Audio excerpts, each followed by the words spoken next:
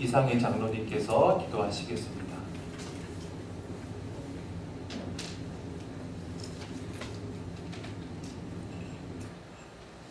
다 같이 기도하시겠습니다. 사랑과 은혜가 풍성하신 여호와 하나님, 차가운 날씨에도 말씀 듣고 경배와 찬양 드리러 저희의 발걸음을 교회로 인도하신 그 크신 은혜에 다시 한번 감사드리옵나이다. 아멘.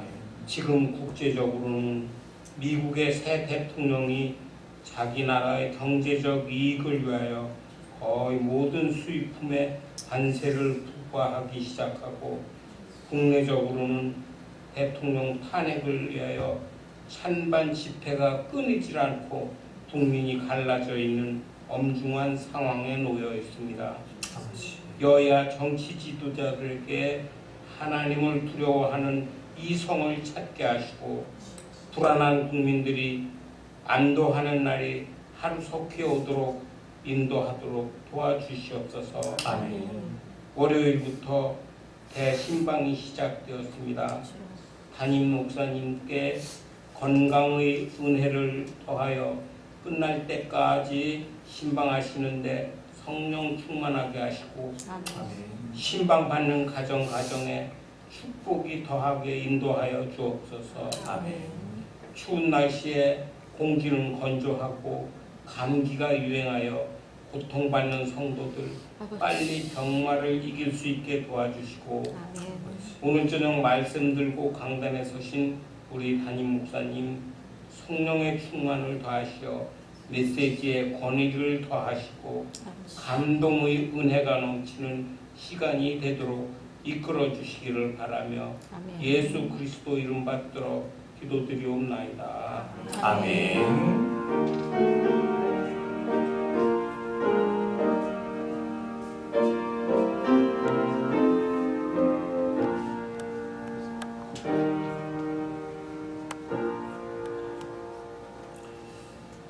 오늘 하나님께서 우리에게 주시는 말씀은 창세기 10장입니다. 창세기 10장 우리 1절부터 마지막 32절까지 좀 길지만 우리 함께 천천히 봉독해 보겠습니다. 시작. 노아의 아들 셈과 함과 야벳의 족보는 이러하니라. 홍수 후에 그들이 아들들을 낳았으니 야벳의 아들은 고멜과 마곡과 마데와 야완과 두발과 메섹과 데라시오. 고멜의 아들은 아스그나스와 리밧과 도갈마요. 야완의 아들은 엘리사와 달시스와 기띔과 도다님이라. 이들로부터 여러 나라 백성으로 나뉘어서 각기 언어와 종족과 나라대로 바닷가의 땅에 머물렀더라. 함의 아들은 구스와 미스라임과 붓과 가나안이요. 구스의 아들은 스바와 하윌라와 삽다와 라아마와 삽드가요. 라아마의 아들은 스바와 드단이며, 구스가 또 니무롯을 낳았으니 그는 세상의 첫 용사라. 그가 여호와 앞에서 용감한 사냥꾼이 되었으므로 속담에 이르기를 아문은 여호와 앞에 니무롯 같이 용감한 사냥꾼이로다 하더라. 그의 나라는 시날 땅의 바벨과 에렉과 악각과 갈레에서 시작되었으며, 그가 그 땅에서 아수르로 나아가 니느웨와 르호보딜과 갈라와 및 니느웨와 갈라 사이에 레센을 건설하였으니 이는 큰 성읍이라. 미스라임은 루딤과 아나님과 르아빔과 납두힘과 바드루심과 가슬루힘과 갑도림을 낳았더라. 가술루임에게서 블레셋이 나왔더라. 가나안은 장자 시돈과 헷을 낳고 또 여부스 족속과 아무리 족속과 기르가스 족속과 히위 족속과 알바 족속과 신 족속과 아르와 족속과 스말 족속과 하마 족속을 낳았더니 이후로 가나안 자손의 속속이 흩어져 나아갔더라.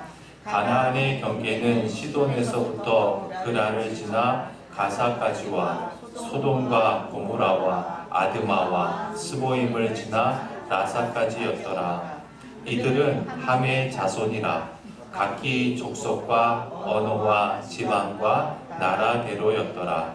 셈은 에셀 온 자손의 조상이요 야벳의 형이라. 그에게도 자녀가 출생하였으니 셈의 아들은 엘람과 아수르와 아르박삭과 룻과 아람이요 아람의 아들은 우수와 훌루가 게델과 마스며 아르박삭은 셀라를 낳고 셀라는 에벨을 낳았으며 에벨은 두 아들을 낳고 하나의 이름을 벨렉이라 하였으니 그때 세상이 나뉘었으며 벨렉의 아우의 이름은 욕단이며 욕단은 알모닥과 셀렉과 하살마윗과 예라와 하도람과 우살과 디글라와 오발과 아비마엘과 스바와 오빌과 하윌라와 요밥을 낳았으니 다 욕단의 아들이며 그들이 거주하는 곳은 메사에서부터 이들은 셈의 자손이니 그 자손 언어와 지방과 나라대로였더라. 이들은 그 백성들의 족보에 따르면 노아 자손의 족속들이요 홍수 위에 이들에게서 그 땅의 백성들이 나뉘었더라. 아멘. 자, 잘 읽었습니다. 자, 노아는 창세기 6장 9절에서 언급했던 것처럼 당대의 의인이자 완전한 자, 하나님과 동행하는 자였습니다. 그래서 모든 인간들이 자기 욕심을 따라 살던 그 영적 어둠과 혼란의 시기에 오직 노아만큼은 방주를 건축하라는 하나님의 명령에 절대 순종을 하였죠. 그래서 축구장보다 더 큰 방주를 짓는데 하나님께서는 노아에게 단 1원의 경비도 단 한 명의 인부도 붙여주지 않지 않았습니까? 그 모든 것은 철저하게 노아의 몫이었습니다. 하지만 노아는 하나님의 그 명령에 의의를 제기하지 않고 철저하게 순종했습니다.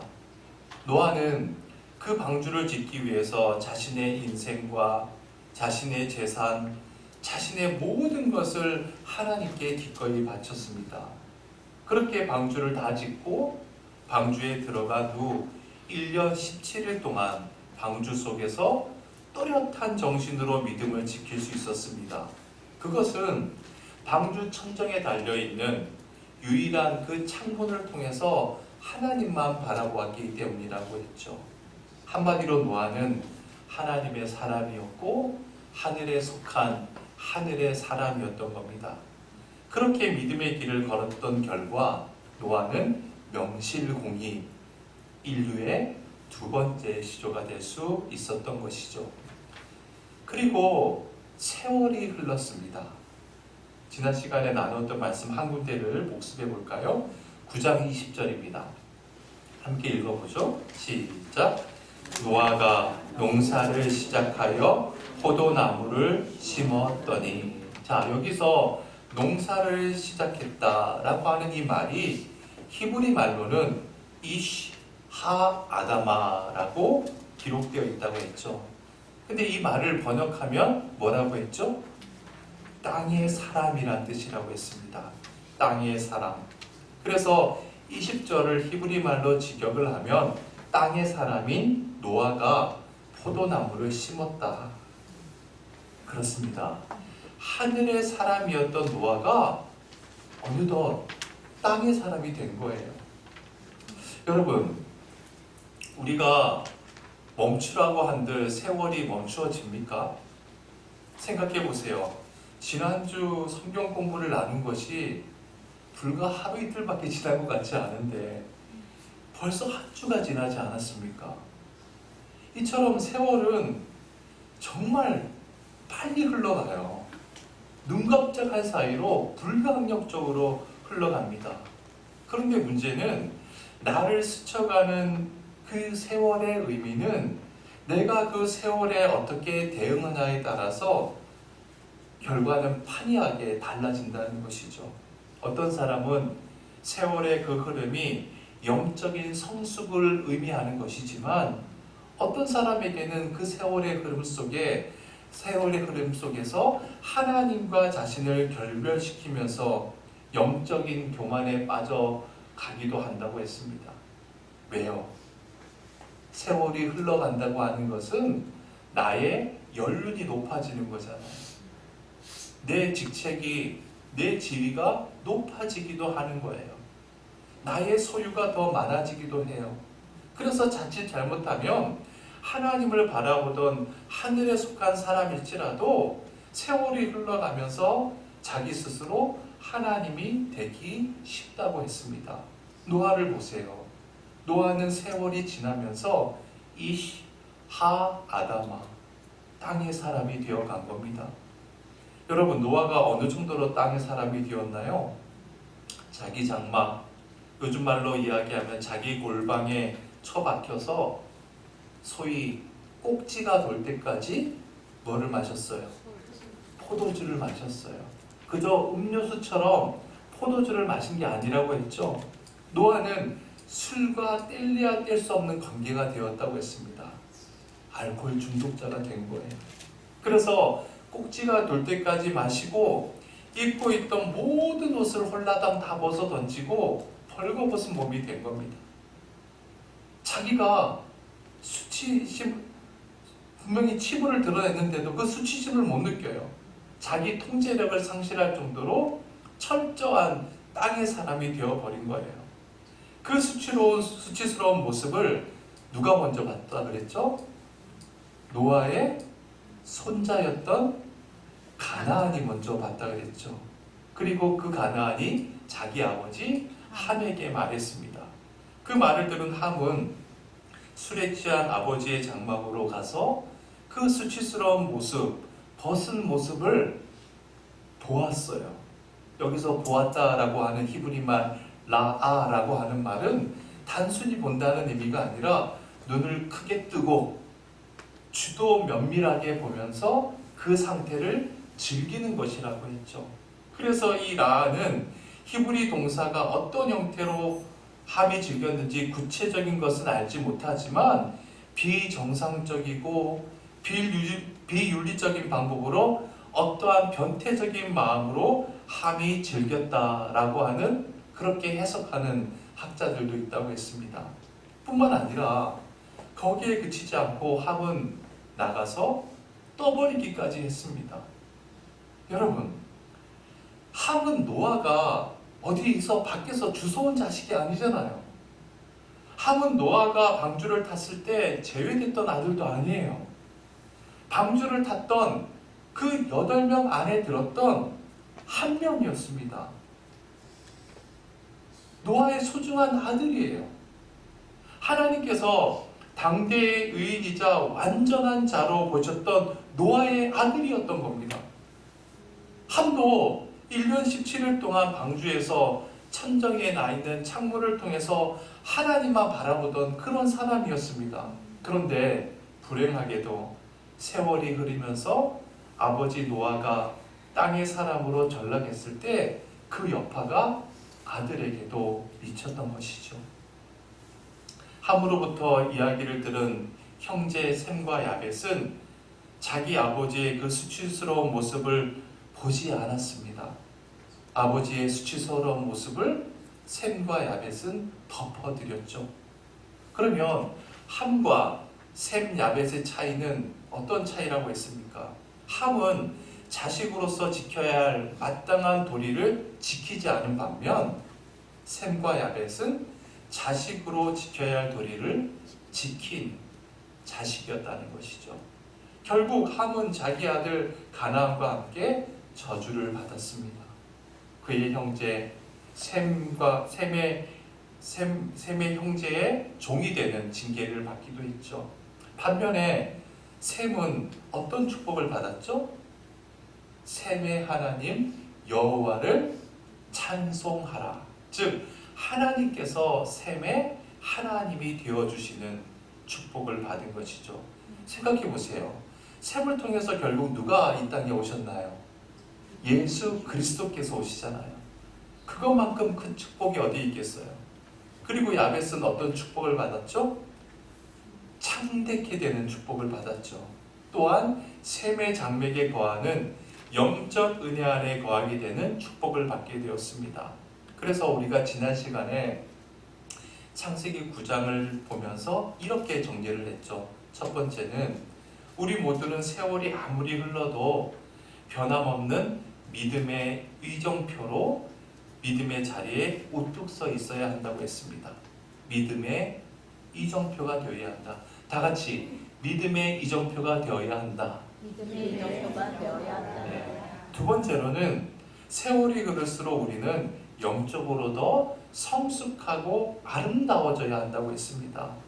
노아처럼 하늘의 사람이었다가 나이 들어가면서 절대로 땅의 사람이 되어서는 안 되는 것이죠. 세 번째로는 우리는 정말 우리의 주인 대신 예수 그리스도에게 진실로 감사해야 된다고 했습니다. 여러분, 우리가 얼마나 허물이 많은 존재입니까? 그러나 주님께서 그 허물 많은 우리에게 친히 오셔서 우리의 허물을 용서해 주시고 우리의 부족한 부분을 메꿔주시고 우리가 바른 믿음의 이정표로가 될 수 있도록 우리를 계속해서 도우시지 않습니까? 그렇다면 내가 다른 사람들보다 의로운 삶을 살지 못했음에도 불구하고 당신의 절대적인 주권으로 나를 구원하시고 나와 함께하고 계신 그 주님께 감사하는 것은 당연한 거 아니겠습니까? 또한 그 주님과 동행하는 삶, 깨어있는 삶을 우리는 늘 살아가야 되는 것이죠. 자, 이제 본문을 보겠습니다. 10장이 이렇게 시작을 해요. 우리 1절 말씀 봅시다. 10장 1절 시작. 노아의 아들 셈과 함과 야벳의 족보는 이러하니라. 홍수 후에 그들이 아들들을 낳았으니. 자, 그 이전까지 족보가 나오면 모두 누구의 족보예요? 아담의 족보. 우리가 이전에 보았던 족보는 거의 다 노아의 족보죠.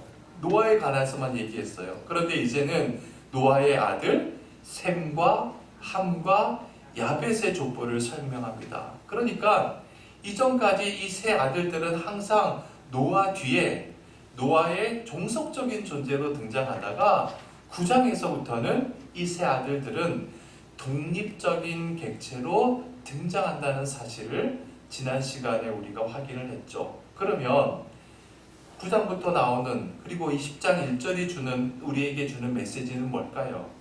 이 땅에 태어난 모든 인간은 태어나면서는 누구의 자식으로 불려지지만 때가 되면 자기 이름으로 자기 인생을 살기 시작해야 한다는 것이죠. 여러분, 예를 들어서 저는 어릴 때는 당연히 저희 아버지의 아들로 불려졌습니다. 그래서 저는 어디 가나 꼭 그런 이야기를 해요. 저 친구는 심하루 목사의 아들이야. 그런 얘기를 참 많이 들었습니다. 그런데 제가 나이가 들면서도 여전히 심목사의 아들, 심하루 목사의 아들로 불린다면 그건 무슨 얘기겠어요? 제가 제 인생을 제대로 못 산 결과 아니겠습니까? 제가 제 인생을 스스로 자립적으로 엮어가는데 실패하는 사람이 되어버리는 것이죠. 그렇습니다.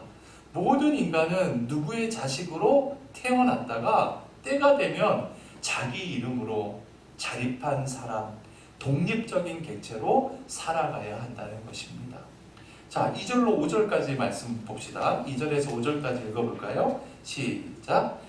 야벳의 아들은 고멜과 마곡과 마데와 야완과 두발과 메색과 디라스요. 고멜의 아들은 아스그나스와 리박과 도갈마요. 야완의 아들은 엘리사와 달시스와 기띔과 도다님이라. 이들로부터 여러 나라 백성으로 나뉘어서 언어와 종족과 나라대로 바닷가의 땅에 머물렀더라. 자, 여기 보면 누구의 족보예요? 이것은 야벳의 족보죠. 노아의 세 아들 셈, 함, 야벳 중에 제일 막내 아들인 야벳의 족보가 지금 먼저 등장하고 있습니다. 야벳은 지난 시간에도 언급했던 것처럼 주로 유럽 대륙을 중심으로 한 백인들의 선조가 되었다고 했죠. 그래서 그 야벳이 받은 복이 뭐라고 했습니까? 어떤 복을 받았다고 했죠? 창대케 하는 복이라고 했죠.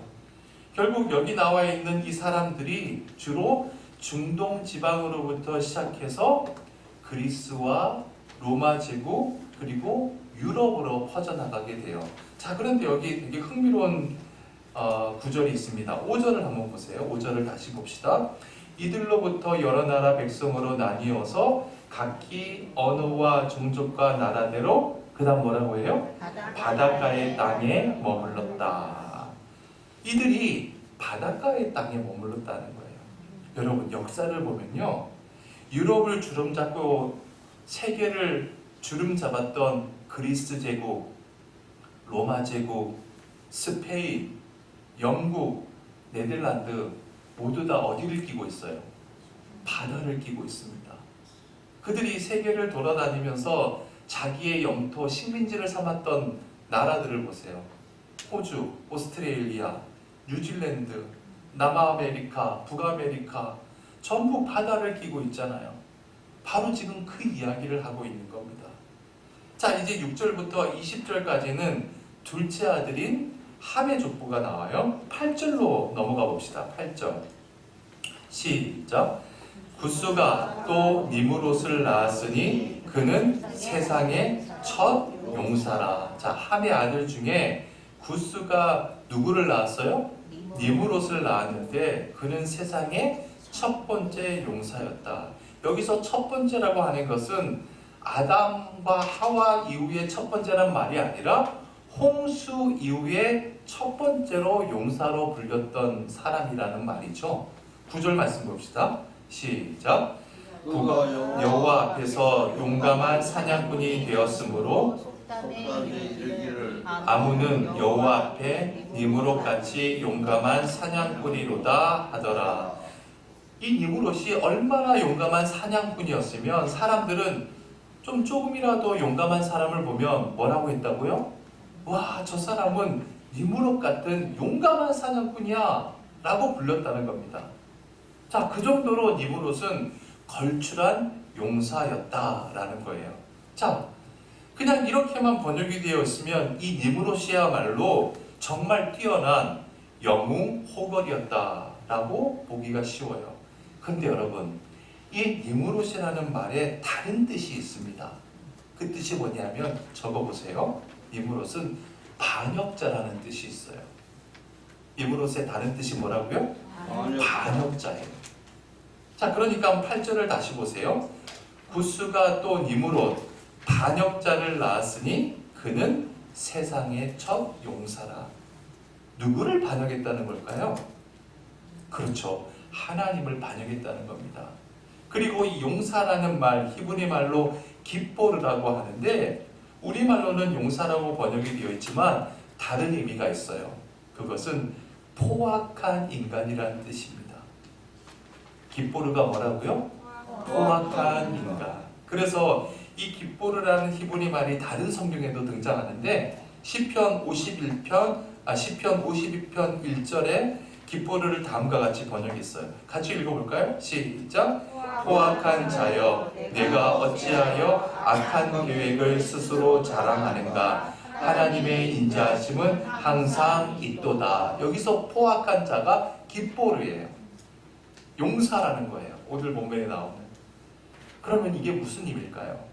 사람들은 이들을 아주 대단한 영웅으로, 용사로 보았지만 하나님이 보실 때는 깃보르, 포악한 인간으로 하나님의 의를 배반한 배반자로 보았다는 겁니다. 즉 하나님 보시기에는 용사는커녕 형편없는 그런 인간이었다는 것이죠. 자, 9절을 다시 볼게요. 그가 여호와 앞에서, 이 여호와 앞에서라는 말도 히브리 말로 직역을 하면 여호와께 대항하여입니다. 여호와 앞에서가 뭐라고요? 여호와께 대항하여. 그러니까 보세요. 그가 여호와께 대항하여 용감한 사냥꾼이 되었으므로. 아까 용사가 뭐라고 했어요? 포악한 사람이라고 했죠. 자, 그러니까 보세요. 구절을 우리가 다시 이렇게 번역할 수 있죠. 그가 여호와께 대항하여 포악한 사냥꾼이 되었으므로. 사람들은 속담에 니무롯은 여호와 앞에 반역자 같이 행동하는 포악한 사냥꾼이었다라고 했다는 거예요. 저 니무롯이라는 저 인간은 여호와 앞에서 반역자 같은 포악한 사냥꾼이었다라고 했다는 겁니다. 여러분, 포악한 사냥꾼이라는 게 어떤 사냥꾼을 의미할까요? 가령 토끼를 잡아요. 사냥꾼은 뭐 동물을 잡는다고 생각할 수 있잖아요. 토끼를 잡는데 막 사지를 갈기갈기 찢어서 잡는다? 그런 게 포악한 사냥꾼일까요? 아닙니다. 성경학자들은 그런 식으로 동물을 잡는 사냥꾼이 아니라 인간 사냥꾼이었다는 거예요.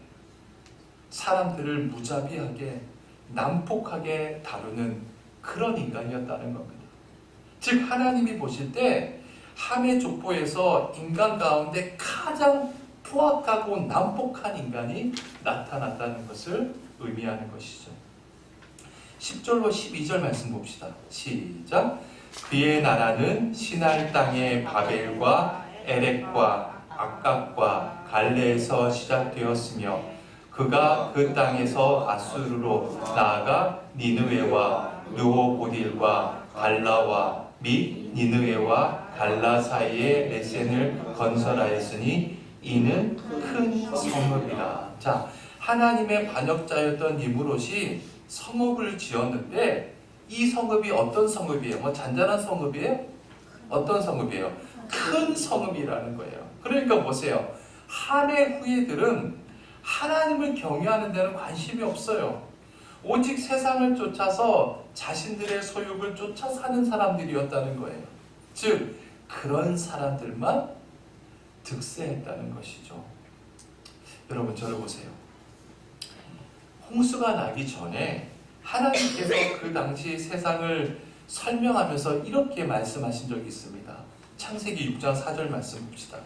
창세기 6장 4절 시작. 당시에 땅에는 네피림이 있었고 그 후에도 하나님의 아들들이 사람의 딸들에게로 들어와 자식을 낳았으니 그들은 용사라 고대의 명성이 있는 사람들이었더라. 당시 어떤 사람들이 있었다고요? 네피림이 있었대요. 당시 사람들은 그 네피림을 모두 어떻게 봤다고요? 그들은 용사라 고대의 명성 있는 사람들이라고 봤어요. 용사로 봤어요. 요즘식으로 보면 영웅으로, 히어로로, 스타로 보면서 열광했다는 거죠. 그런데 여러분 기억나시죠? 네피레림이라는 말이 히브리 말로 또 다른 뜻이 있다고 했습니다. 어떤 뜻이 있다고 했어요? 기억 안 나세요? 불안당. 다 같이 불안당. 네. 네피림이라는 용사 말고 불안당이라는 뜻이 있다고 했어요. 여러분 오늘날 매스컴을 보면 얼마나 멋지고 위대한 스타들이 보입니까? 연예계의 스타, 정치계의 스타, 언론계의 스타, 문화계의 스타, 스포츠계의 스타. 이 시대의 영웅들이 얼마나 많은지 몰라요. 그래서 사람들은 그 영웅, 그 스타에게 열광해요. 그런데 우리는 냉철하게 볼 수 있어야 합니다. 하나님의 관점으로 볼 때 우리가 정말 본받을 수 있는 스타인가? 아니면 단순히 세속적인 관심에서만 스타인가? 믿음의 눈으로 볼 수 있어야 되겠죠? 자, 보세요. 함의 족보를 가만히 보면 함의 자식들은 홍수 이전의 삶을 답습하고 있다는 것을 우리가 알 수가 있죠. 자, 13절부터 봅시다. 13절로 또 14절까지 봅시다. 시작. 미스라임은 룰린과 아맘인과 르압인과 납두인과 바두루심과 가술루인과 갑도림을 낳았더라. 그리고 여기 괄호하고 한마디를 더 첨가하고 있죠. 계속 봅시다. 시작. 가술루임에게서 블레셋이 나왔더라. 블레셋이 나왔다. 블레셋 많이 들어봤죠. 블레셋이 어떤 족속이에요? 하나님의 백성인 히브리 민족과 역사적으로 대대로 적대 관계에 있었던 민족 아닙니까? 지금도 그래요. 블레셋을 영어로 팔레스타인이라고 해요. 팔레스타인, 이스라엘 항상 전쟁에 나오잖아요. 지금도 싸우고 있잖아요. 성경은 바로 그 블레셋을 강조하고 있는 겁니다. 또 15절로 18절까지 봅시다. 15절에서 18절 시작. 가나안은 장자 시돈과 헷을 낳고 또 여부스 족속과 아모리 족속과 기르가스 족속과 히위 족속과 알가 족속과 신 족속과 아루와 족속과 스말 족속과 하맛 족속을 낳았더니 이후로 가나안 자손의 족속이 흩어져 나아갔더라. 여러분 여기 15절부터 18절까지 열거되어 있는 이 족속의 이름 어디서 많이 들어본 이름이죠? 익숙하죠? 어디서 많이 들어봤어요? 여호수아. 예, 그렇죠. 여호수아서에도 나와요.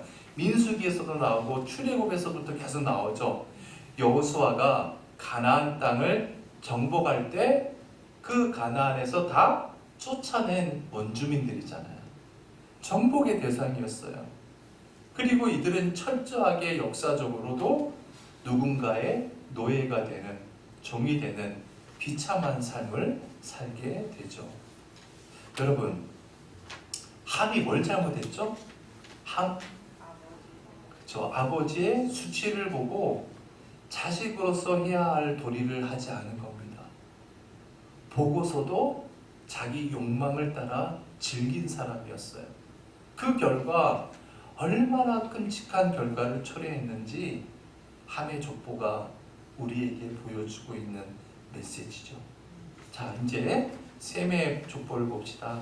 21절 말씀 시작. 셈은 에벨 온 자손의 조상이요 야벳의 형이라. 그에게도 자녀가 출생하였으니. 자, 에벨에다가 공표를 해봅시다. 에벨. 셈은 에벨의 온 자손의 조상이다. 여기 보면 셈의 족보에서 제일 먼저 나오는 이름이 누구라고요? 에벨이에요. 에벨. 에벨이라는 이름을 제일 먼저 갖다 붙였어요. 그러면 에벨이 누구인지 계속 봅시다. 22절로 24절이에요. 시작. 셈의 아들은 엘람과 아르박삭과 룻과 아람이요 아람의 아들은 우수와 훌바 맞으며 아르박삭은 셀라를 낳고 셀라는 에벨을 낳았으며. 자, 보세요. 에벨은 셈과 어떤 관계죠? 여기 보세요. 에벨의 아버지는 누구예요? 에벨의 아버지 셀라죠. 24절에 보면 아버지 셀라고, 셀라의 아버지는 아르박삭, 아르박삭의 아버지는 셈이죠. 그러니까 에벨은 셈과 어떤 관계예요? 증손자 관계예요. 증손이에요. 에벨은 셈의 증손자죠. 그러면 에벨의 보조 할아버지는 누구예요? 노아가 되는 거죠. 그러니까 셈의 지금 족보를 설명하면서 증손자 에벨 이름을 제일 먼저 갖다 둔 겁니다. 그 이유가 대체 뭘까요? 왜 굳이 자신의 아들을 먼저 언급하지 않고 증손자를 먼저 언급하고 있는 걸까요? 보통 장자 이름을 먼저 언급하잖아요. 여러분 잠깐 11장으로 한번 넘어가 볼까요? 여러분 성경책 창세기 11장 봅시다. 11장 여러분 성경책을 펴셔야 돼요. 거기는 없어요. 프린트에는. 창세기 11장 16절을 보세요. 창세기 11장 16절. 제가 읽어볼게요. 에벨은 34세에 벨렉을 낳았고 17절 벨렉을 낳은 후에 430년을 지내며 자녀를 낳으며 쭉쭉쭉 내려가다가 26절 봅시다. 26절 다 같이 시작. 데라는 70세에 아브람과 나홀과 하란을 낳았더라. 거기 아브람에다 공표를 쳐보세요. 여러분 성경책 아브람에다 공표를 치고 16절에 에벨에도 공표를 쳐보세요. 그리고 줄로 연결해 봅시다. 자, 왜 셈의 족보에 에벨의 이름이 제일 먼저 나왔는지 이제 아시겠죠? 그 에벨이 아브람. 여러분 아브람은 나중에 누가 돼요? 아브라함이 되잖아요. 즉 에벨이 아브라함의 조상이라는 거예요. 그걸 지금 강조하고 있는 거예요. 여러분, 성경을 보면 히브리라는 말이 참 많이 등장하죠. 히브리 사람, 이스라엘 민족을 히브리 사람이라고 하잖아요. 그런데 제가 프린트에다 적어놨죠. 히브리 말로 에벨을 뭐라고 해요? 에베르라고 해요. 에베르. 히브리는 히브리 말로 뭐라고 해요? 이불이라고 해요. 즉 히브리라는 말이 에벨에서 나왔어요. 히브리라는 말은 에벨에서 나온 겁니다. 여러분, 하나님의 역사는 히브리 민족 중심으로 이루어지지 않습니까? 그러면 보세요. 에벨은 셈의 증손자잖아요. 셈이 받은 복이 뭐라고 했습니까? 셈의 하나님 여호와를 찬송한다. 하나님이 셈의 하나님이 되리라. 하나님께서 셈의 계보를 통해서 역사하시겠다는 거잖아요.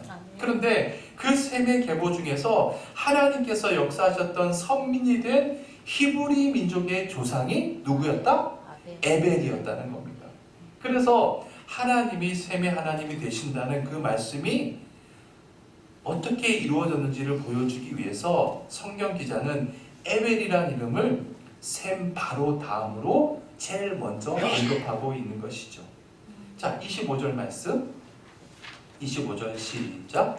에벨은 두 아들을 낳고 하나의 이름을 벨렉이라 하였으니 그때 세상이 나뉘었으며 벨렉의 아우의 이름은 욕단이며. 자, 이때 세상이 어떻게 됐다고요? 나누어졌다는 것을 강조하고 있어요. 우리가 다음 시간에 창세기 11장을 우리가 살펴볼 텐데 창세기 11장에 제일 처음 나오는 이야기가 뭐예요? 바벨탑 사건입니다. 인간들이 교만해져서 바벨탑을 지으면서 결국 하나님께서 언어를 혼잡하게 하시면서 다 흩어지잖아요. 그 사건이에요. 그래서 하나님께서 타락한 인간들로 인해서 언어를 혼잡게 하시고 그들을 다 흩어내시는데 그 가운데서도 셈의 후손, 즉 히브리 민족을 중심으로 당신의 역사를 이루어 가시는 하나님의 섭리는 변함없이 이루어진다는 것을 지금 이 족보를 통해서 강조하고 있는 것입니다. 그래서 이 족보가 계속 되다 보면 예수 그리스도께서 오시잖아요.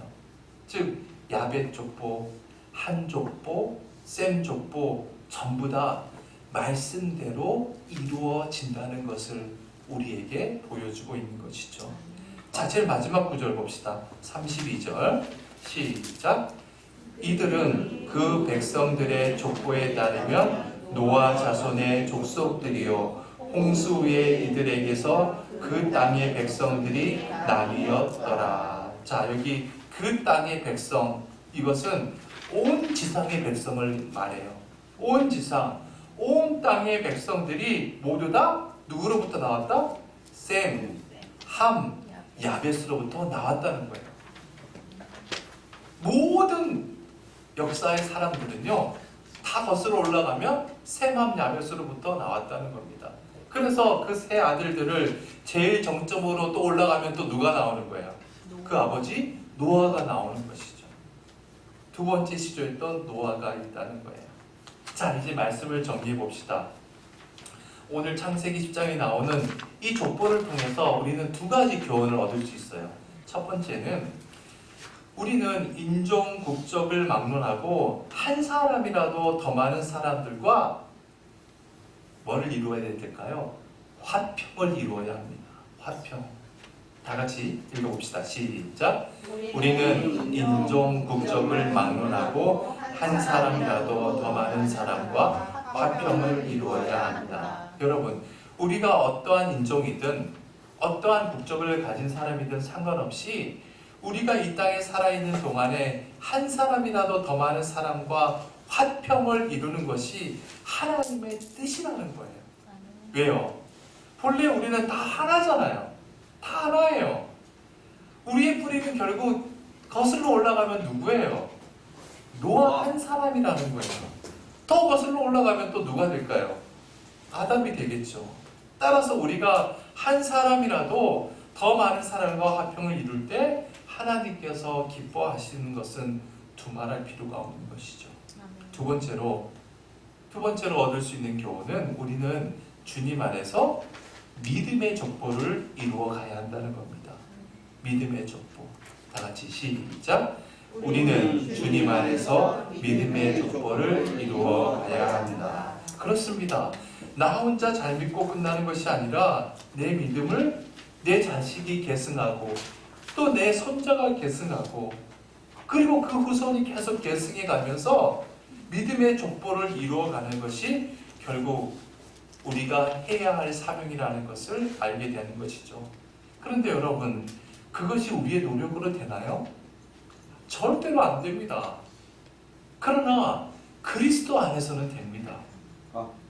여러분, 마태복음 1장을 보십시오. 마태복음 1장에 누구의 족보가 나와요? 예수님의 족보가 나오잖아요. 마태복음 1장에 그 족보가 있다는 것 자체가 복음 아닙니까? 거기에 있는 아브라함, 야곱, 이삭, 다윗 중에 허물 없는 인간 있나요? 다 허물 있는 인간이에요. 그들 가운데 노아처럼 한순간에 땅의 인간으로 타락하지 않았던 사람 있나요? 모두 문제가 있었던 사람 아닙니까? 다 절망의 나락에 떨어졌던 사람들 아닙니까? 그러나 그리스도 안에서는 주님의 은총 속에서는 믿음의 족보가 이어지게 된다는 거예요. 특히 여러분, 마태복음 1장에 나오는 여러 여자들 중에서 3명의 여자를 한번 생각해 보세요. 다말이라는 여자 들어보셨죠? 다말 어때요? 의도적으로 시아버지 유다와 동침했던 부도덕한 여자 아닙니까? 라합은 어떤 여자입니까? 여리고 성의 천한기생 창녀 출신 아닙니까? 또한 밧세바는 어떤 여인이에요? 다윗과 간통했던 여자예요. 우리가 흔히 다윗이 간통한 것을 두고 다윗만 욕하잖아요. 밧세바도 똑같은 나쁜 여자 아닙니까? 밧세바에게는 자신의 남편 우리아가 있었어요. 그런데도 다윗의 아이를 임신하고 다윗에게 은밀하게 이야기하잖아요. 결국 다윗이 자기 남편을 죽이게 만들지 않습니까? 세상에 그런 여자가 어디 있어요? 그런데 보세요. 그러한 여자도 그리스도의 선조가 되었다는 겁니다. 그렇다면 이것이야말로 엄청난 복음 아닙니까? 마찬가지예요. 우리가 그렇게 허물투성이라도 예수 그리스도 안에서 내 인생을 꾸려 나간다면 주님께서 당신의 은혜로 엮어가신다는 거예요. 왜? 그분이 바로 저와 여러분의 주님이시기 때문이에요. 사랑하는 여러분, 아무쪼록 여러분 모두가 먼저 주님을 바르게 믿고 우리 자식들에게 그 주님을 믿음의 유산으로 물려주는 믿음의 가문들이 다 되시길 주님의 이름으로 축원해 드립니다. 기도합시다. 주님, 하나님 아버지께서 부족한 우리로 하여금 믿음의 족보를 이루어 갈 수 있도록 우리에게 예수 그리스도를 구원자로 보내주시고 우리 안을 함께하여 주심에 감사드립니다. 주님, 우리의 부족함을 주님께서는 다 알고 계십니다.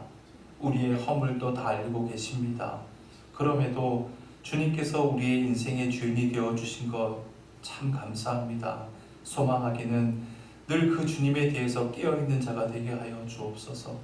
그러므로 주님을 우리 자식들에게 믿음의 유산으로 온전히 전해줄 수 있는 믿음의 부모가 다 될 수 있게 도와주옵소서. 그리하여 허물 많은 아브라함과 야곱과 이삭과 다윗 또한 다말과 라합과 밧세바를 통해서도 그리스도의 족보가 아름답게 완성되었듯이 그리스도 안에서 대를 이어 믿음의 족보가 이루어져 가는 가운데 우리를 통해서도 주님의 역사가 아름답게 펼쳐질 수 있도록 인도하여 주옵소서. 모든 은혜 감사드리며 축복하며 예수님의 이름으로 기도드리옵나이다. 아멘. 찬송가 305장 함께 부르시겠습니다.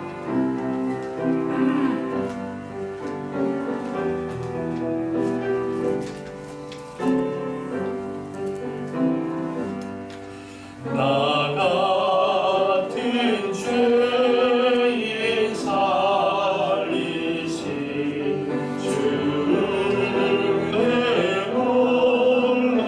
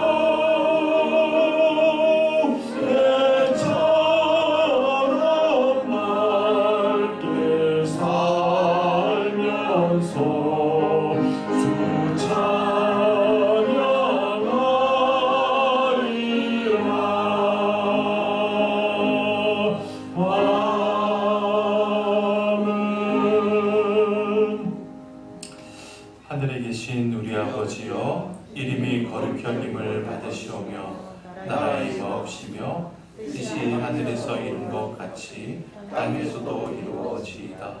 오늘날 우리에게 일용할 양식을 주옵시고 우리가 우리에게 죄 지은 자를 사하여 준 것 같이 우리의 죄를 사하여 주옵시고 우리를 시험에 들게 하지 마옵시고 다만 악에서 구하옵소서.